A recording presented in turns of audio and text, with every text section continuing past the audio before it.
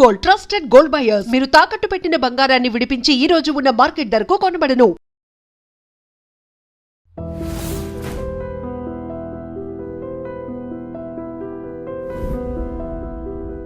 Welcome to iDream. ఈరోజు మనతో పాటు motivational speaker, family counsellor Rajani Rama గారు ఉన్నారు. మాట్లాడదాం. Hello ma'am, welcome to our show. Thank you. Hello ma'am, ఇప్పుడు రీసెంట్ టైమ్స్లో చూసుకోవచ్చు, కొన్ని ఇయర్స్ నుంచి సోషల్ మీడియా అనేది పెరిగిపోయింది. సో చిన్న పిల్లల నుంచి పెద్దవాళ్ళ వరకు ఈ సోషల్ మీడియాకి అనేది ఎడిక్ట్ అయిపోతున్నారు.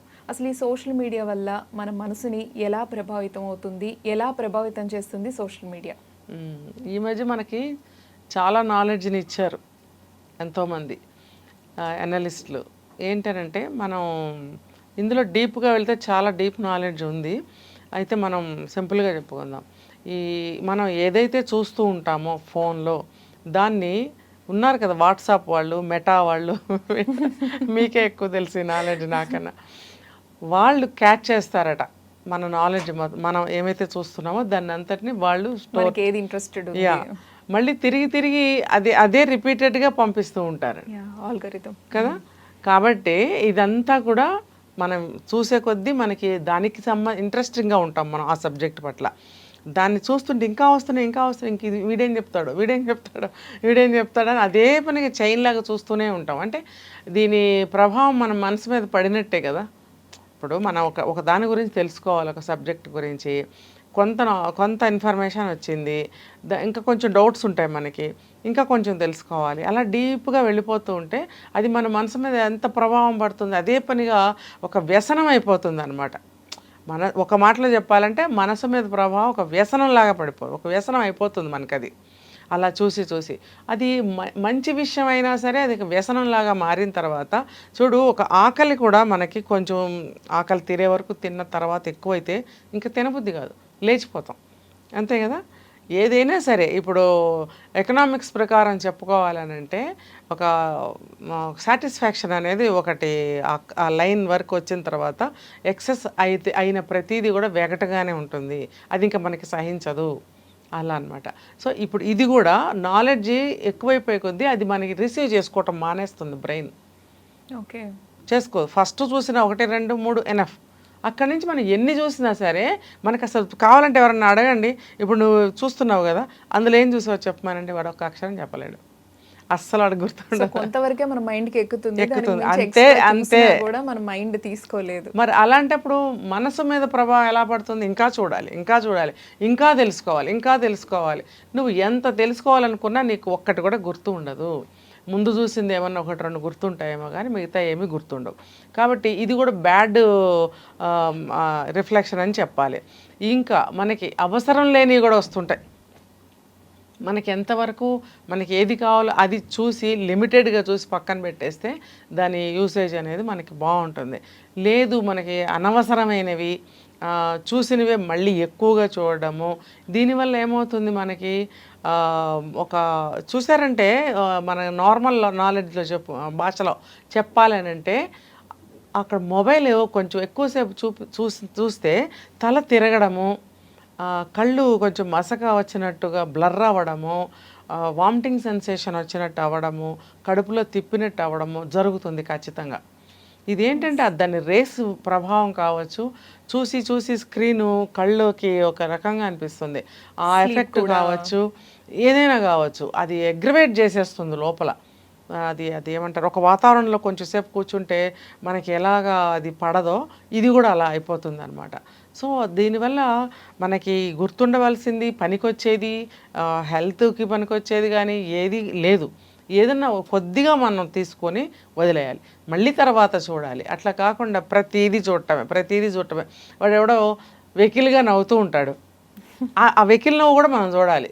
అది అవసరమా? వాడు నవ్వుతుంటే మనకు నవ్వు వస్తుంది.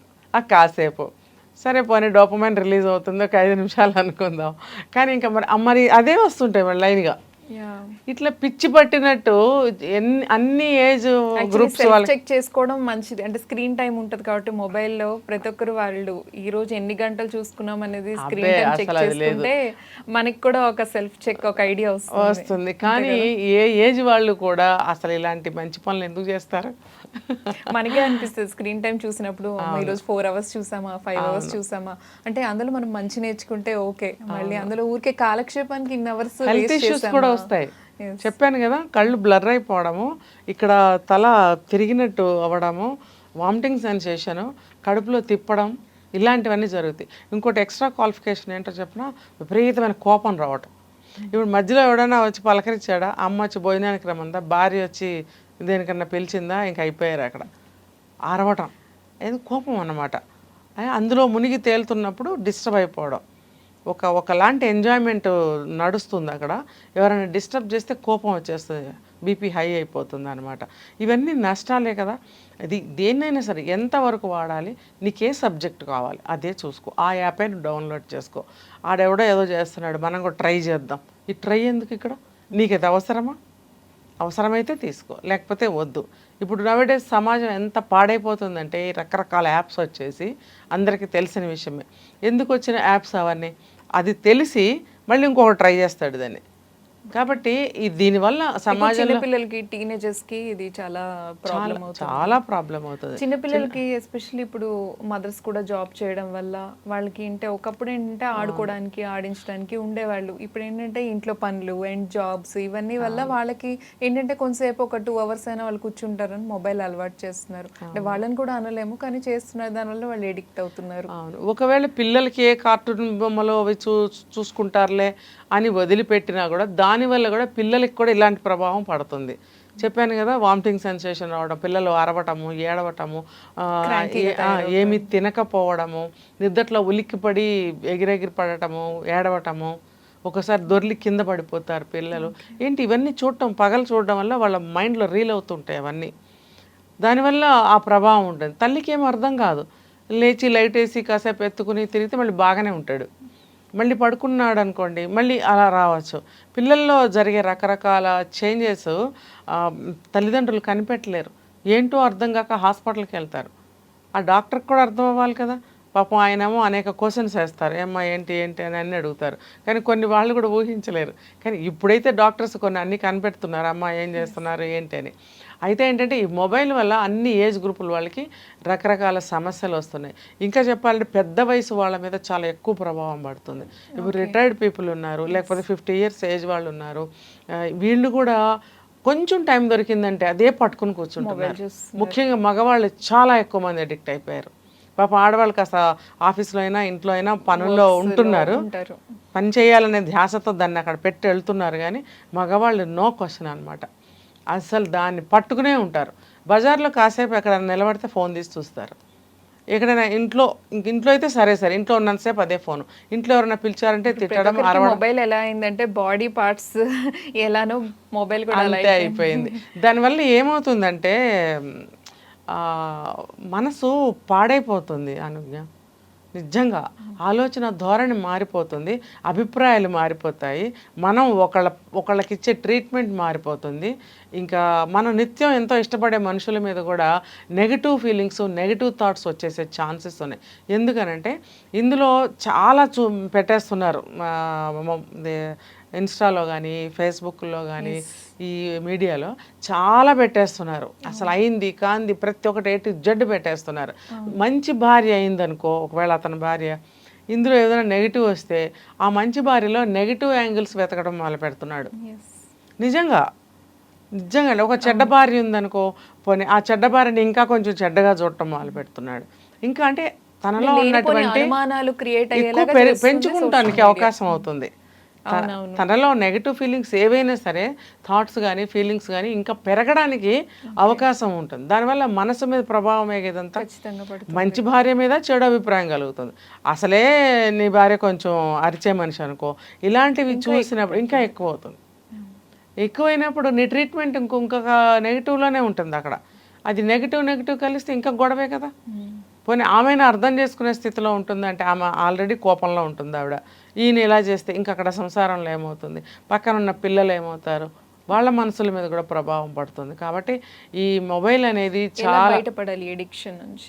ఎవరికి వాళ్ళే ఏదైనా సరే నెగిటివ్ ఆలోచనల నుంచి బయటపడాలి అని అంటే అసలు నేను ఇది ఎందుకు చేస్తున్నాను, ఇది దేనికి నాకు అని ఒక్క ప్రశ్న వేసుకుంటే ఎవరైనా సరే సెల్ఫ్ చెక్ చేసుకోవాలి. అంతే వదిలేయగలుగుతారు, కనీసం తగ్గించుకోగలుగుతారు.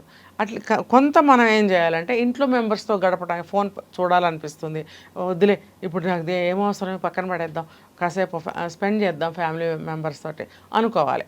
అనుకుంటే నువ్వు పక్కన పెట్టగలుగుతావు. నువ్వు అనుకోకపోతే నువ్వు ఇందులోనే ఉంటావు. బజార్కి వెళ్ళాలన్నా, పెద్ద షాపింగ్ చేయాలన్నా, లేదా ఇంటికి సరుకులు తేవాలన్నా, కూరగాయలు తేవాలన్నా, భార్యతో స్పెండ్ చేయాలన్నా నువ్వు వెళ్ళలేవు, చేయలేవు. నీకు ఒక వ్యసనం అయిపోతుంది అనమాట. ఇది నీకు నీళ్లు తాగబుద్ధి కాదు, భోజనం చేయబుద్ధి కాదు. భార్య ఒక 10 సార్లు భోజనానికి పిలుస్తుంది, లెగవు. ఇక ఆ భార్య రాక్షసలాగా అరుస్తుంది అనమాట. ఫోన్ పగల కొడతాను లేకపోతే, నువ్వు నా ఫోన్ పగల కొడతావా, అక్కడ ఒక గొడవ. మరి ఆవిడని రెచ్చగొట్టేది నీ ప్రవర్తనే. ఇవన్నీ ఎందుకు జరుగుతున్నాయి, ఇవన్నీ ఎందుకు, నాకు పక్కన పడేద్దాం, కాసేపు టైం ఉన్నప్పుడు కాసేపు చూసుకుందాం అని నీకు నువ్వు చెప్పుకోగలిగినప్పుడు అవన్నీ తగ్గుతాయి. కాస్త ఫ్యామిలీ మెంబర్స్తో మంచి లైఫ్ అనేది కొద్దిగానన్నా మిగులుతుంది అనమాట. ఓకే, సోషల్ మీడియా మనిషి మనసుల్ని ఏ విధంగా ప్రభావితం చేస్తుంది అనేది క్లియర్గా ఎక్స్ప్లెయిన్ చేశారు. Thank you ma'am. Subscribe iDream. And please subscribe to iDream. For more videos, subscribe to iDream. Please like, share and subscribe to the channel. Congratulations, iDream. Subscribe to iDream. Subscribe to iDream. So subscribe to iDream Media. iDream ki iDream team అందరికి huge congratulations. Please subscribe iDream Media. Please subscribe to iDream. Subscribe iDream. Please subscribe to iDream. iDream అంటే నా కళల ఛానల్ను subscribe చేసుకున్న నోరు తిరుగుతలేదు, మీరైతే గంట గుర్తు కొట్టండి. For more such videos, please subscribe to iDream. Subscribe to iDream. Please subscribe to iDream. Please subscribe iDream Media. Please do subscribe to iDream. Please subscribe to iDream Media. For best entertainment and information, please subscribe iDream. And don't forget to subscribe to iDream.